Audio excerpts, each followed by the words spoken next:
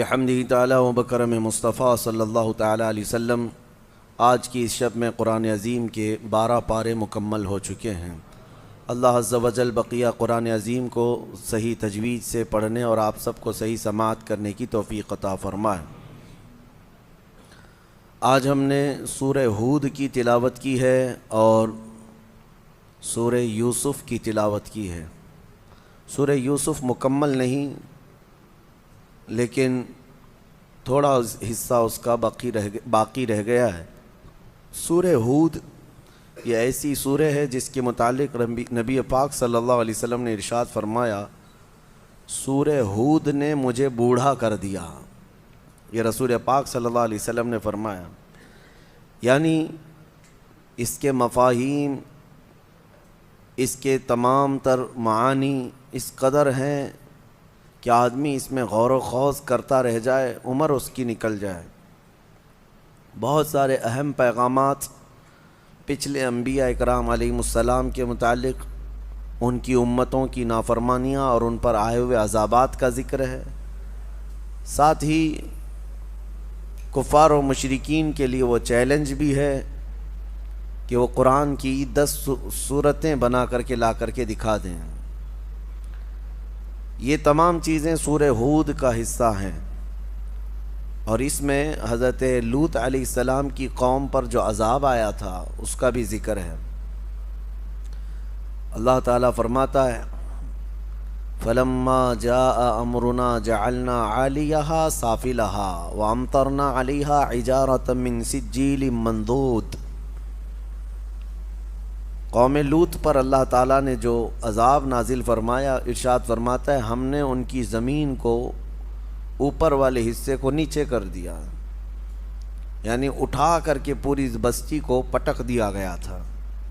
اور اتنے ہی پر نہیں بلکہ اس میں یہ بھی اللہ فرماتا ہے وَأَمْطَرْنَا عَلَيْهَا حِجَارَةً مِّن سِجِّيلٍ مَّنضُودٍ، نوکیلے پتھروں سے ان پر بارش کی گئی تھی، وہ پتھر ان کے اوپر برسائے گئے تھے۔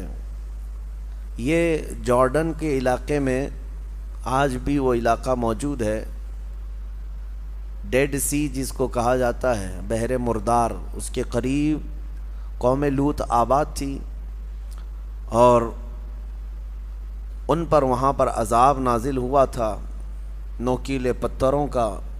بتایا جاتا ہے جب اس بستی سے ہم آگے کو گزرتے ہیں، ایک علاقہ آج بھی جارڈن میں ایسا آتا ہے، اردن اس کو عربی میں کہتے ہیں، جارڈن انگلش میں کہتے ہیں، کالے کالے پتھروں کے دور دور تک صحرا نظر آتے ہیں، پتھروں کے میدان، اس میں نہ کوئی درخت ہے نہ کوئی پہاڑ ہے، صرف پتھر گرے ہوئے ہیں، اور بہت عجیب و غریب قسم کے پتھر ہیں۔ لیکن ہم یہ نہیں کہہ سکتے یہ وہی پتھر ہیں جو آسمانوں سے اتارے گئے تھے یا مارے گئے تھے، لیکن آج بھی وہ علاقہ کالے پتھروں سے بھرا ہوا ہے۔ اللہ تبارک و تعالی اپنی پکڑ اور اپنی گرفت سے ہم سب کو محفوظ فرمائے۔ سورہ ہود میں انبیاء اکرام علیہ السلام کے احوال آئے ہیں۔ اس میں حضرت ابراہیم علیہ السلام کا، حضرت شعیب علیہ السلام کی قوم کا، حضرت لوط علیہ السلام کی قوم کا، حضرت نوح علیہ السلام کی قوم کا، یہ سب کے ذکر آئے ہوئے ہیں۔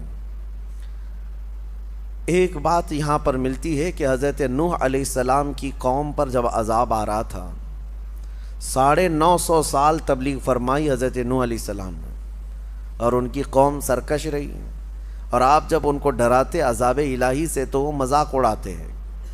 فَأْتِنَا بِمَا تَعِدُنَا، جس چیز کا تم وعدہ کرتے ہو لا کر کے دکھاؤ عذاب کیسا ہوتا ہے۔ تو حضرت نوح علیہ السلام نے اللہ کی بارگاہ میں عرض کیا کہ مولا یہ میری ہر گھڑی ہجو کرتے ہیں اور چیلنج کرتے ہیں عذاب کے لیے۔ تو اللہ تعالیٰ نے فرمایا نوح تم اپنی کشتی بناؤ سوکھے میں، جبکہ کوئی آس پاس میں کوئی ندی دریا نہیں ہے، لیکن کشتی بنانے کا حکم ہوا۔ آپ نے ایک بہت بڑے سائز کی کشتی بنائی جس میں صرف ایمان والے سوار تھے، اور ہر جانور جتنے بھی اس وقت موجود تھے ان جانوروں کا ایک ایک جوڑا اس میں لے لیا گیا تھا۔ 3 منزلیں کی وہ کشتی تھی، لکڑی کی بنائی ہوئی۔ اس وقت بھی ان کی قوم مذاق اڑا رہی تھی نوح علیہ السلام کے متعلق کہ ان کا دماغ نکل گیا ہے، ذہن توازن کھو گیا ہے، یہ سوکھے میدان میں اتنی بڑی کشتی بنا رہے ہیں، آخر اس کو اٹھا کر لے جائے گا کون سمندر تک اگر ان کو جانا بھی ہے سفر پہ تو۔ لیکن اس کے بعد وہ دن آیا جو عذاب الہی کا تھا، بارش شروع ہوئی، اور بارش کے متعلق قرآن میں اللہ فرماتا ہے ہم نے آسمانوں کے سارے دروازے کھول دیے اور زمین کے سارے سوتے پھاڑ دیے۔ زمین بھی پانی اگل رہی تھی، آسمان بھی پانی برسا رہا تھا، یہاں تک کہ پانی بھرتا گیا، روئے زمین پر کوئی پہاڑ بھی باقی نہیں رہا جو ڈوبنے سے باقی رہا ہو، سب ڈوب چکے تھے۔ اب اس میں حضرت نوح علیہ السلام کی بیوی نافرمان تھی، کافرہ تھی۔ حضرت نوح علیہ السلام اللہ کے نبی ہیں، لیکن بیوی ان کی سرکش تھی، نافرمان تھی، کافروں کی مدد بھی کرتی تھی۔ اسی طرح لوط علیہ السلام کی بیوی بھی سخت بدکار تھی، گنہگار تھی اور کافرہ تھی۔ دو نبیوں کا ذکر اس سے قبل بھی آیا، اور آگے بھی آپ دیکھیں گے کہ اللہ تعالیٰ نے ان دونوں عورتوں کی مثال بھی بیان فرمائی ہے 29ویں پارے میں۔ حضرت نوح علیہ السلام کی بیوی ان پر کبھی ایمان نہ لائی، اور ان کا ایک بیٹا تھا حضرت نوح علیہ السلام کا، وہ بھی آپ پر ایمان نہیں لایا۔ اب جب بارش آنے لگی بہت تیز اور پانی بھرنے لگا، کشتی تیرنے لگ گئی، تو ایک پدری محبت ہوتی ہے جس کو کہتے ہیں شفقت پدری، یعنی باپ کی محبت اپنے بیٹے کے لیے ہر ایک کے دل میں کچھ نہ کچھ ہوتی ہے، چاہے کیسا بھی بیٹا ہو۔ تو حضرت نوح علیہ السلام پکارنے لگے اس کو کہ بیٹا آ جا میری کشتی میں، تو بچ جائے گا۔ تو وہ ڈھیٹ بن کر کے اکڑتا رہا اور کہا میں اونچے پہاڑ پر چڑھ جاؤں گا، مجھے تمہاری کشتی کی ضرورت نہیں، اپنے باپ کے خلاف گیا۔ تو حضرت نوح علیہ السلام کو غم ہوا کہ میرا بیٹا میری مانتا نہیں ہے، میرے خلاف ہے۔ توجہ، اللہ کے نبی کو حکم کیا ہوا؟ اللہ نے فرمایا قال یا نوح انہ لیس من اہلک، اے نوح وہ آپ کی اولاد میں سے ہے ہی نہیں، آپ کیوں غم کرتے ہیں اس بات کا؟ انہ عمل غیر صالح فلا تسألنی ما لیس لک بہ علم انی اعیذک ان تکون من الجاہلین۔ حضرت نوح علیہ السلام کو تنبیہ کی گئی، اللہ کی طرف سے تنبیہ آئی آپ اس چیز کا سوال نہ کریں۔ وہ اللہ کی بارگاہ میں مانگ رہے تھے کہ مولا میرے اہل کو بچا لے، میرے اولاد کو بچا لے۔ پورا واقعہ اس میں موجود ہے کہ جب اللہ کے نبی کشتی پر سوار ہوئے تو کہا یا بنی ارکب معنا ولا تکن مع الکافرین، بیٹا آ جا کافروں کے ساتھ مت جا۔ قال سآوی الی الجبل یعصمنی من الماء، میں اونچے پہاڑ پر چڑھ جاؤں گا، مجھے پانی سے کوئی چیز نہیں چھو بھی نہیں پائے گی۔ اللہ نے فرمایا کہ پھر حضرت نوح علیہ السلام نے اس سے پکار کر کہا لا عاصم اليوم، تجھے پتہ نہیں آج کوئی بچانے والا نہیں ہے، یہ عذاب کا دن ہے، انہ من امر اللہ، یہ اللہ کا حکم ہے۔ لیکن پھر بھی وہ نہ مانا، ہلاک ہو گیا، پانی میں ڈوب گیا، ختم ہو گیا۔ تو پھر نوح علیہ السلام کو جو بیٹے کی محبت تھی اس پر اللہ نے تنبیہ فرمائی کہ وہ آپ کی اولاد میں سے ہے ہی نہیں۔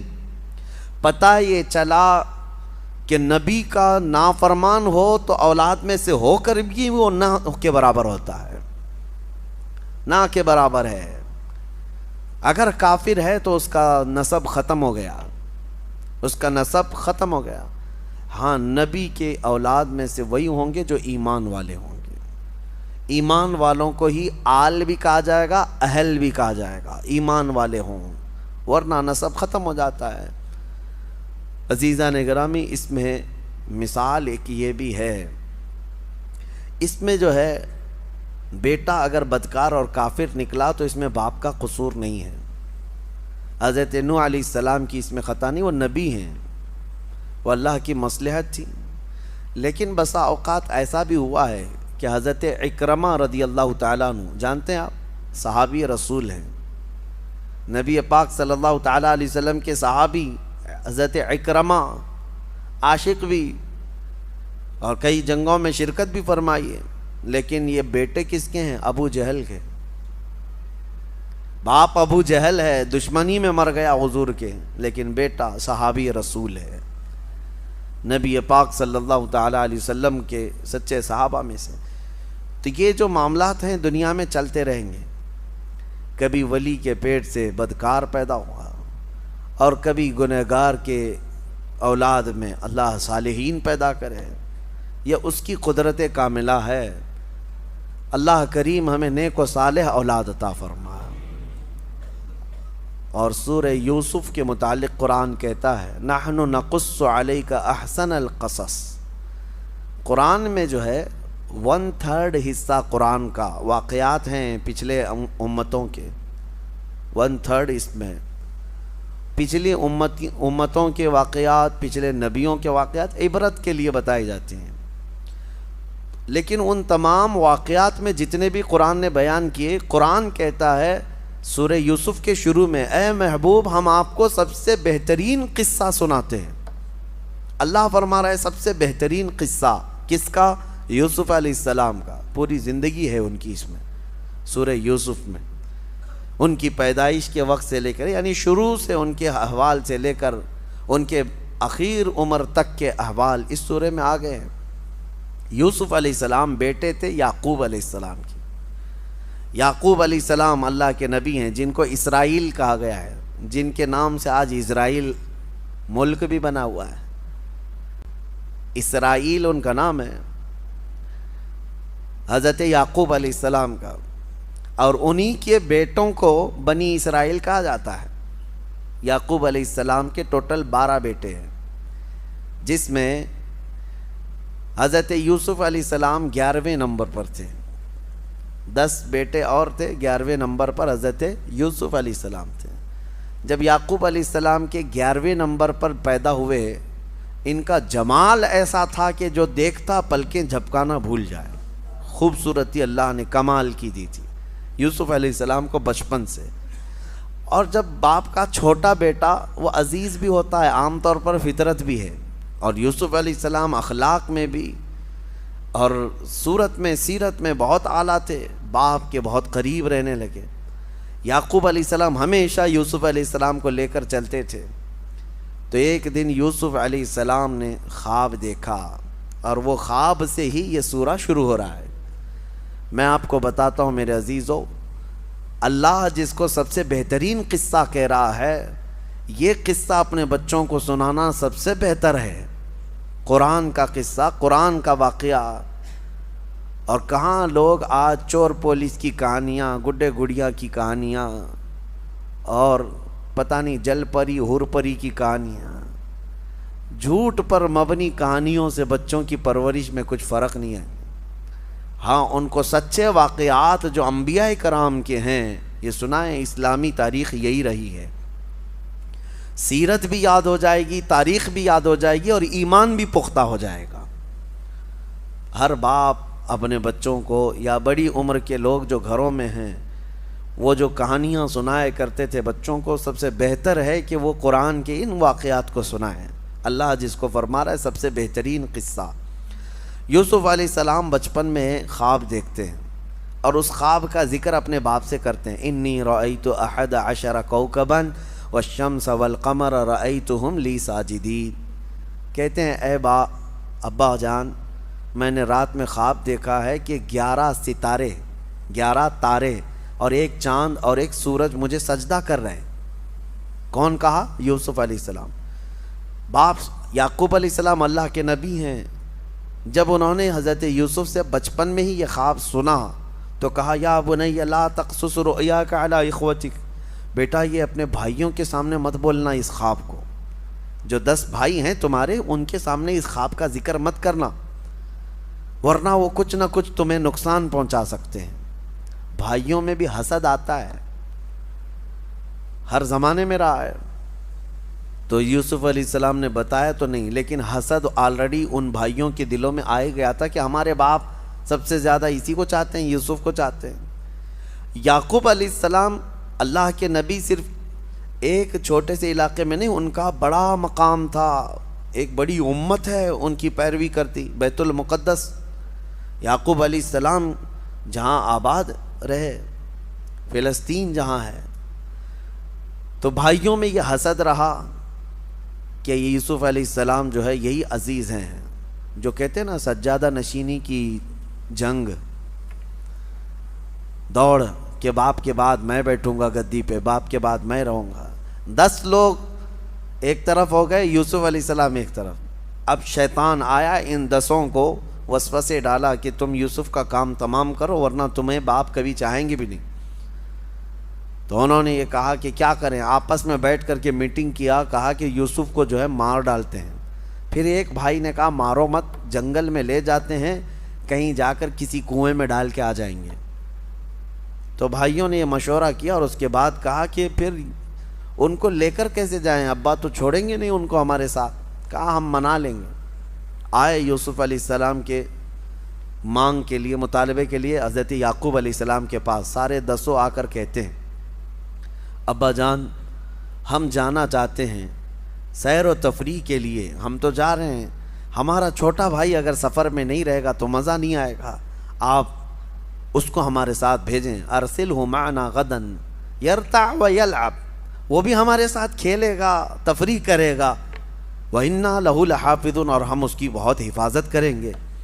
یعقوب علیہ السلام نے کہا انی لَيَحْزُنُنِي أَن تَذْهَبُوا بِهِ وَأَخَافُ أَن يَأْكُلَهُ الذِّئْبُ، مجھے ڈر ہے کہ تم کہیں اس کو اکیلا چھوڑ دو گے جنگل میں اور کوئی درندہ آ کر اسے کچھ نقصان پہنچا دیا۔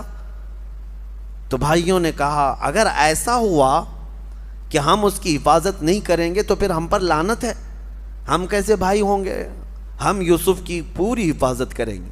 جب یقین دلایا تو یوسف علیہ السلام کو بھیج دیا والد گرامی نے، لے کر کے پلان کے مطابق آئے جنگل میں، اور آنے کے بعد تھوڑی دیر کھیلنے کے بعد 10 نے مل کر کے یوسف علیہ السلام کو جنگل میں موجود ایک کنویں میں ڈھکیل دیا۔ بہت پرانا کنواں تھا، زہریلے سانپ اس کنویں کے اندر موجود تھے۔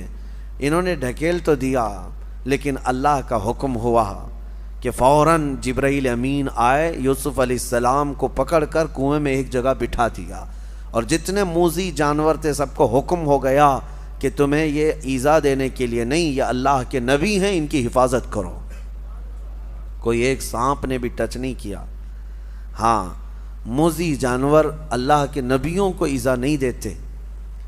یوسف علیہ السلام کو جو نبوت ملی وہ اسی کنویں میں ملی۔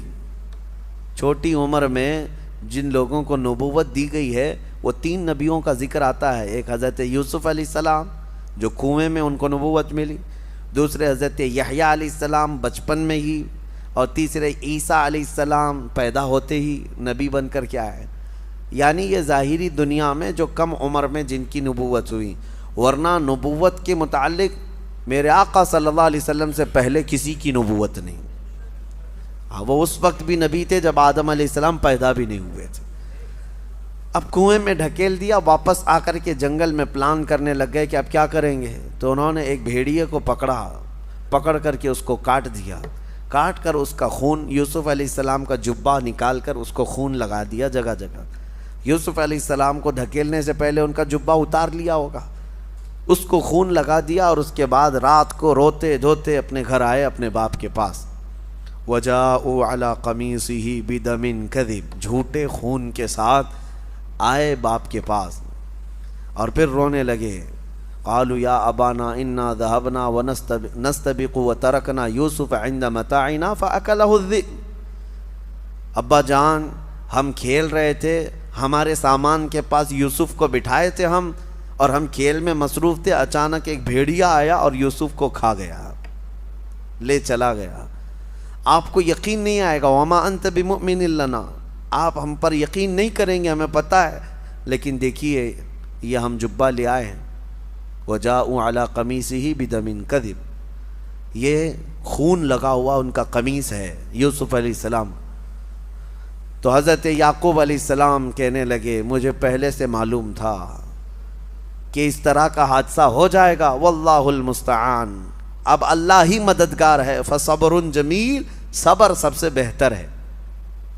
یوسف علیہ السلام کے جانے کے بعد یعقوب علیہ السلام ان کے غم میں بہت روئے، اپنے بیٹے کی یاد میں روتے روتے ان کی آنکھیں چلی گئیں، بینائی ختم ہوئی یعقوب علیہ السلام کی۔ اب انہوں نے جو کام کیا صرف حسد کے مارے کیا، اپنے بھائی کو کنویں میں ڈال دیا۔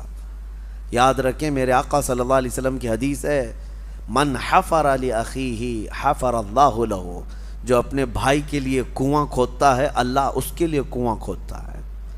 ہاں، یہ صرف یوسف علیہ السلام کے بھائیوں کے ساتھ ہی نہیں ہوا، آج بھی یہ فارمولہ ہے۔ اگر آپ کسی کے لیے گڑھا کھود رہے ہیں، اللہ آپ کے لیے کوئی گڑھا تیار فرمائے گا جس میں تم بھی جا کے گرو گے۔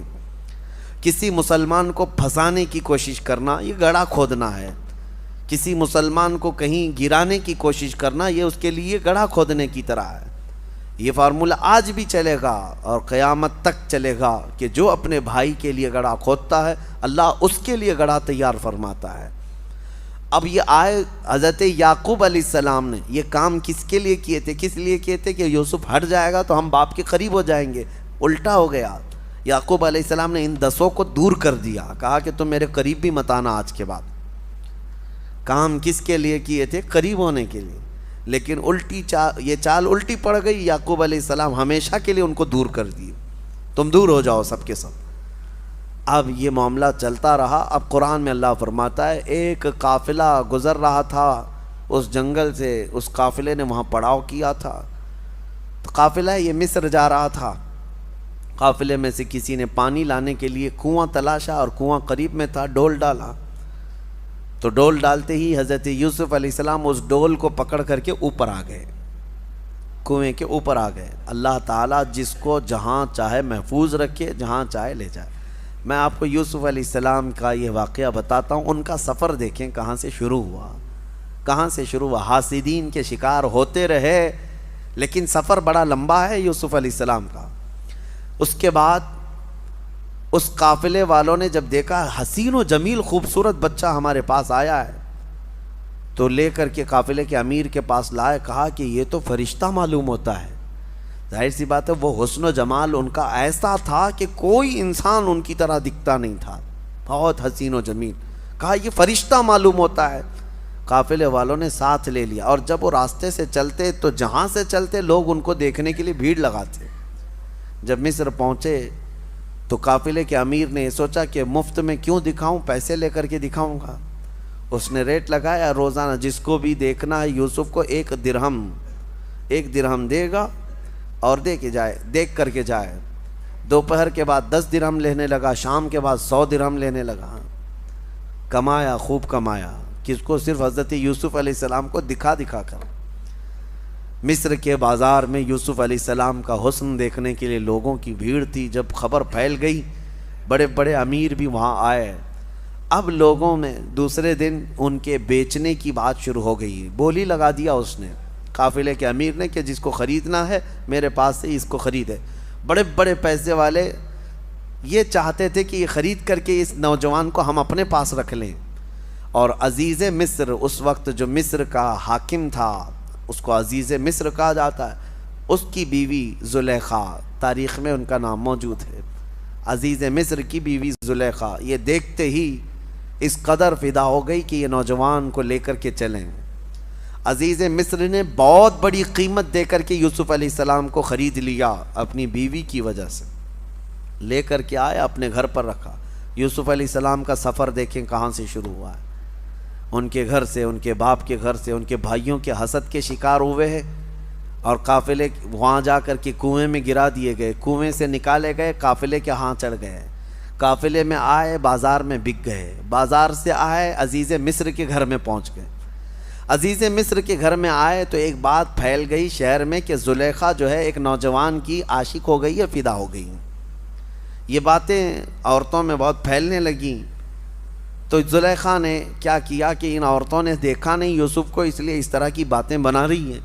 سب عورتوں کو ایک دن دعوت میں بلایا اور کہا آ جاؤ میں تمہیں یوسف دکھاتی ہوں، لیکن سب کو جمع کر کے سب کے ہاتھوں میں ایک لیمو اور ایک چاقو دی تیز کہ جب میں کہوں تو کاٹ دینا۔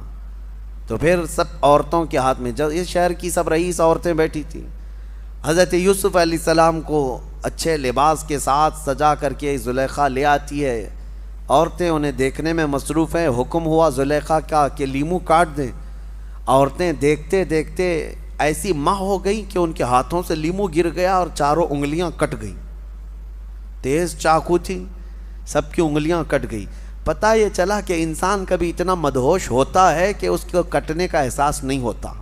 اسی لیے امام اعظم نے فرمایا ہے کہ یوسف علیہ السلام کا حسن دیکھتے ہوئے عورتوں کی انگلیاں کٹ گئیں، انہیں پتہ نہیں چلا. انشاءاللہ موت کے وقت ہم جمال مصطفیٰ دیکھ رہے ہوں گے اور ہمیں روح نکالنے کا درد نہیں ہوگا. اسرائیل روح نکال رہے ہوں گے اور سامنے چہرہ مصطفیٰ ہوگا. یوسف کا حسن دیکھ کر کٹی ہوئی انگلیوں کا درد نہیں ہوتا تو جمال محمد دیکھ کر روح نکلنے کا بھی درد نہیں ہوگا. حسن یوسف پہ کٹی مصر میں انگشت زنا، سر کٹاتے ہیں تیرے نام پہ مردان عرب. اعلیٰ حضرت نے فرمایا انگلیاں کٹ گئیں. پھر یوسف علیہ السلام گئے تو دیکھتی ہیں فلما سمعت بمکرہن، یہاں سے آیت ہیں قطعنا ایدیہن. اللہ فرماتا ہے وہ سب تو اپنے ہاتھ کاٹ لیں، بعد میں انہیں احساس ہوا کہ لیمو تو نہیں کٹا، انگلیاں کٹ گئی ہیں. اب یہ کاٹی نہیں ہے، یہ کیا ہوا ہے؟ کٹی ہیں. کاٹنا اور ہوتا ہے، کٹ جانا اور ہوتا ہے. نبی پاک صلی اللہ تعالیٰ علیہ وسلم کے عاشق حضور کو دیکھ کر کے نہیں بلکہ صرف حضور کے نام پر اپنی انگلیاں نہیں بلکہ گردن بھی کٹا دیتے ہیں. ہاں، ادیب لائل پوری نے بہت اچھے انداز میں فرمایا، جو ان کی ایک طویل بحر والی نعت ہے عشق کے رنگ میں جب رنگ جائیں افکار. اس میں انہوں نے کہا ایک شہنشاہ نے بخشے ہیں سمرقند و بخارا کسی محبوب کے رخسار کے تل پر، مگر اے سید عالی تیری ناموس تیری عظمت پر. یعنی بادشاہ تھا. سمرقند اور بخارا جو ہے دو شہر ہیں، یہ آج ازبکستان میں ہیں. سمرقند اور بخارا یہ شہر جو ہے بادشاہ نے اپنی محبوبہ کو گفٹ میں دیے تھے. دو شہر دے دیے تھے گفٹ میں. کیوں؟ اس کی محبوبہ کے رخسار پر گال پر ایک تل، ایک نشان تھا اور وہ بادشاہ کو بڑا پسند تھا. وہ تل کے نشان پر اس نے دو شہر قربان کیے، گفٹ میں دے دیے. تو شاعر نے بہت اچھے انداز میں کہا ہے ایک شہنشاہ نے بخشے ہیں سمرقند و بخارا کسی محبوب کے رخسار کے تل پر، مگر اے سید عالی تیری ناموس تیری عظمت پر ایک نہیں لاکھوں ہیں قربان گئے عشق کے ہر کوچے و بازار میں سر اپنا لیے کرنے کو نثار. ایک نہیں لاکھوں ہیں ہر کوچے ہر بازار میں، اور نبی پاک صلی اللہ تعالیٰ علیہ وسلم پر اپنی جان فدا کرنے کو تیار ہیں. بہرحال سورہ یوسف میں ہم الگ نہ جائیں، لیکن مزہ ہمارا اس وقت تک کمپلیٹ نہ ہو جب نام مصطفیٰ نہ آئے. حضور پاک صلی اللہ تعالیٰ علیہ وسلم کا ذکر تو ہوگا ہی. اسی لیے علامہ نظمی نے فرمایا آغاز سے اخیر تک قرآن ہے نعت مصطفیٰ، محبوب کے بیان کا کیسا انوکھا ڈھنگ ہے. بہرحال یوسف علیہ السلام وہاں رہتے رہے عزیز مصر کے گھر، لیکن ہوا یہ کہ ایک دن زلیخا نے یوسف علیہ السلام پر الزام لگا دیا کہ میرے ساتھ یہ غلط کرنا چاہ رہے تھے. یوسف علیہ السلام پاک دامن اللہ کے نبی ہیں. اللہ کے نبی کبھی کسی بھی گناہ کے بارے میں سوچ بھی نہیں سکتے. مشہور قول ہے، کہا گیا ہے نبی کے دامن میں پیوند تو ہو سکتا ہے دھبا نہیں ہوتا. پیوند تو ہو سکتا ہے لیکن دھبا نہیں ہو سکتا، گناہوں کا دھبا نہیں. یوسف علیہ السلام پر جب یہ الزام لگایا زلیخا نے تو عزیز مصر نے جیل میں ڈال دیا یوسف علیہ السلام کو بغیر کسی تحقیق کے. وہاں پر ان لوگوں کو نہ جانے کون سی بات تھی، بے گناہ یوسف علیہ السلام قید میں چلے گئے. یوسف علیہ السلام جیل میں کتنے دن رہے پتہ ہے؟ یہاں تو بڑے سے بڑا قلم جب لگ جاتا ہے تب بھی جو ہے بیل ہو جاتی ہے، لیکن یوسف علیہ السلام 7 سال پہلے رہے. یہ تو یہاں پر عمر قید کی سزا ہے. اس کے بعد پھر 7 سال بڑھا دیے گئے، 14 سال یوسف علیہ السلام جیل میں رہے. 14 سال کسی کی لائف کا ایک بڑا حصہ